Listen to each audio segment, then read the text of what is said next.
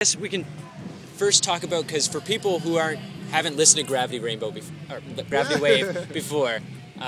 What's Gravity Rainbow again? I don't know. Oh, it's like a video game? No, it's a book by.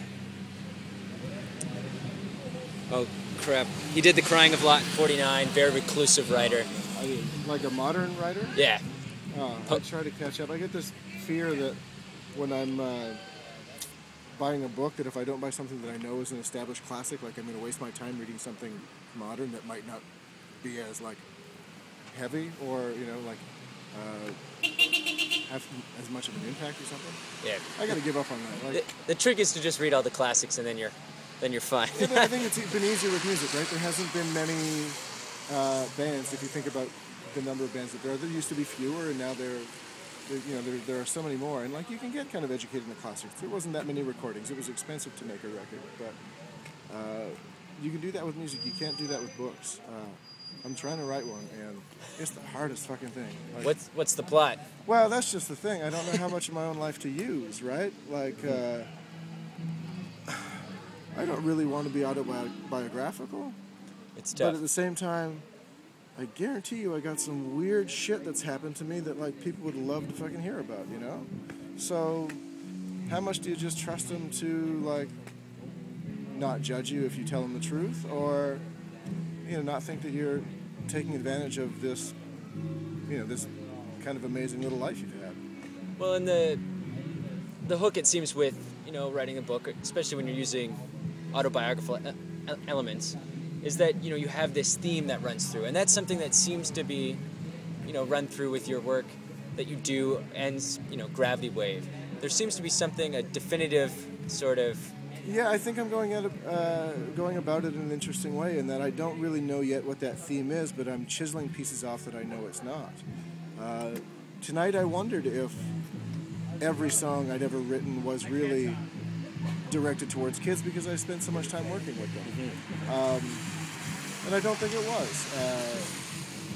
I got to watch everybody during the show, and they seemed to like it best when I wasn't trying to put on any sort of character or this persona I'd created for myself tonight. When we just kind of let loose and partied a bit, that's when it kind of worked. So, yeah, I mean, there is a theme to it. I believe that. You only write about one thing.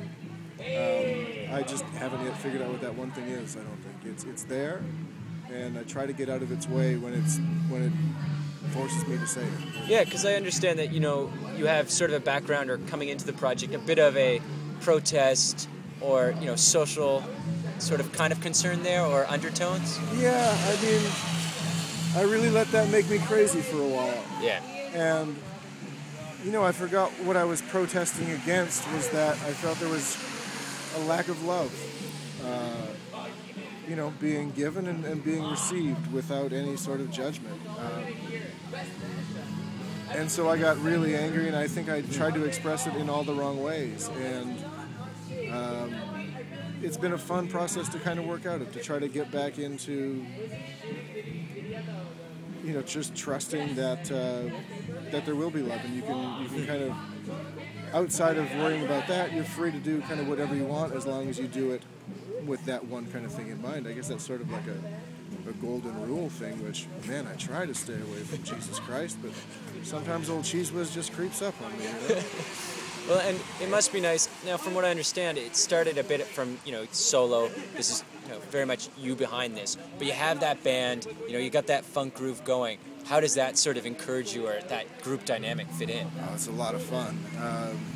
The show was pretty cerebral before these guys came. And not that we couldn't turn up the PlayStation tracks or the iPod tracks loud enough to get people to feel it, but there's something entirely different about watching the people create the thing. You get much more of a sense of, you saw something that night that cannot be repeated. And the more mechanical the show started out as, the more easy it was to kind of fall into a routine of, the choreography is set, you've done this show 100 times, and you can always fall back on that. Here, I don't know. We can't ever do it the same. There's too many variables, and as much as I might want to do it a certain way, I have to react to how they're doing it. I have to try to stay present for an audience, to try to make them think they did get that real one-of-a-kind experience, because I don't think there is one. I don't think there is a real, there is no perfect set. So everyone is one of a kind, and we might as well explore that. I think we're going to, now with these guys, be able to really put more of a feeling into it, I guess.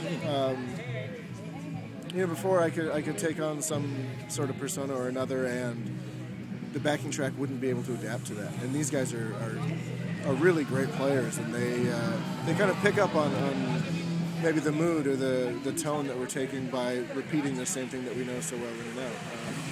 Excellent. Well, those are all the questions that I had. Is there anything else that people in Halifax should know about? No. Just what you want to tell them. All right.